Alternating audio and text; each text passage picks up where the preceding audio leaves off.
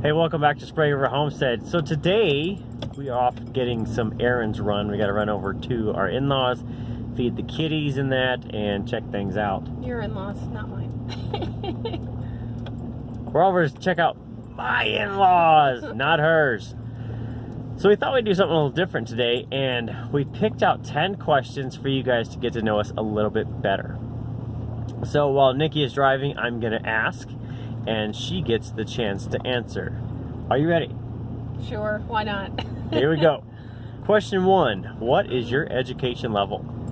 High school grad, class of 1997 at Redmond, Oregon. All right, question 2, where did you grow up?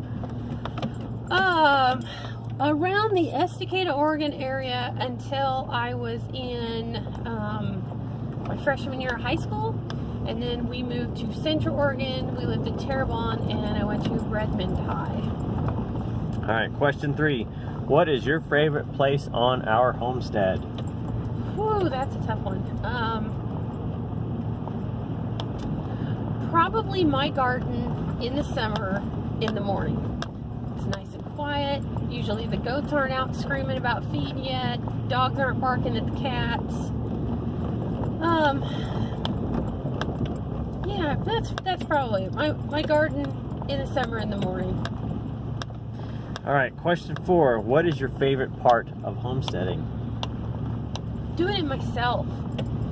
I guess growing up in a family where Dad did construction, and I mean, I hate to say it, but construction workers can be a tad bit sexist.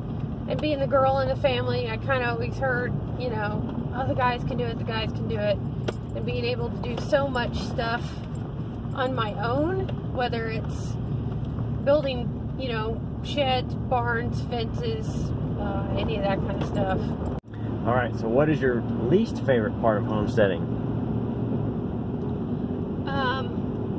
Probably when animals get injured or sick. It's just no fun.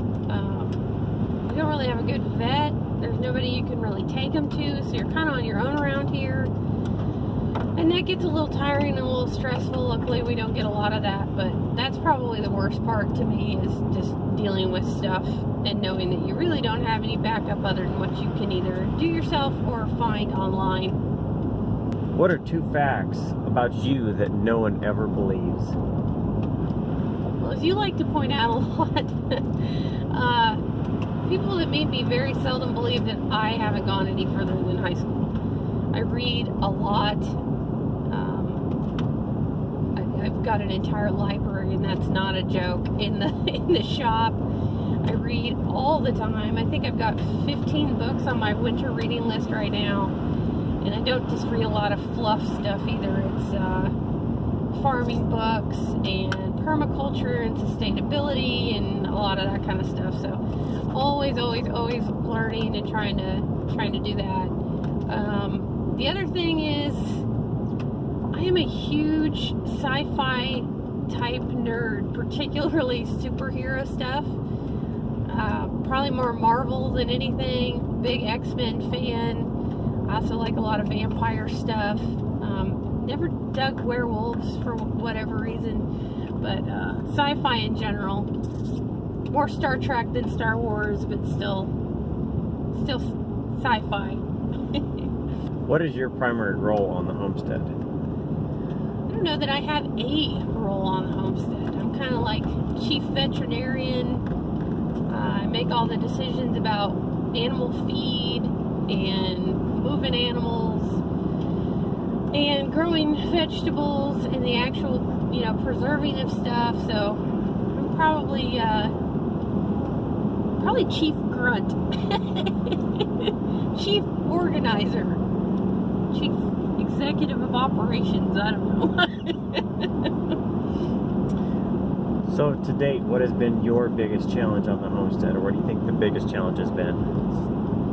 Well, that's always a tough one. Biggest challenge,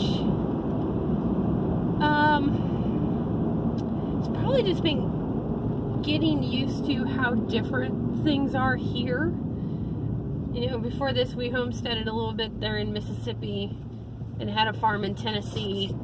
and the weather was different. So trying to learn how to garden here and deal with the large predators, that's probably been one of, you know, the toughest aspects, is just how different the climate and everything is here, and learning how to make that work. So what's probably your most memorable day on the homestead so far in the last, what, 5 years? Yeah, almost 5.5.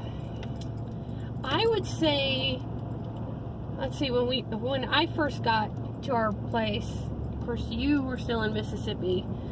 Mom and Dad had lived with me for a little bit. We were all living in the same house. And the morning after they had moved out and over to their place, probably, what, 2 months, month and a half after I'd gotten here, and I walked outside, and we didn't have any neighbors yet, and it was in the morning, and it was cold, and there was nothing. And we had lived in that 10 acres on a fairly busy road in Jackson, on the backside of Clinton, Mississippi, and it was so quiet, and I realized how alone I was in the middle of probably 1,000 acres of nothing. And I began to wonder if we were out of our minds. And that was probably the day that sticks out to me the most. All right, so getting down to the end here, what is your favorite animal on the homestead? I like everybody, but I am probably gonna just, to nobody's surprise, say I like my rabbits probably the best. What about the least? Oh boy, least is pretty easy.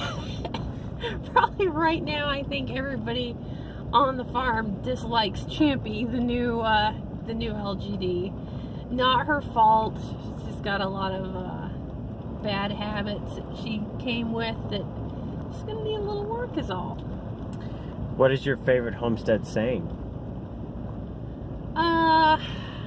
Gosh, and you are the king of sayings, but probably count your wins, not your losses. I think that'll probably be the one I use the most, and the one I have to remind myself of the most.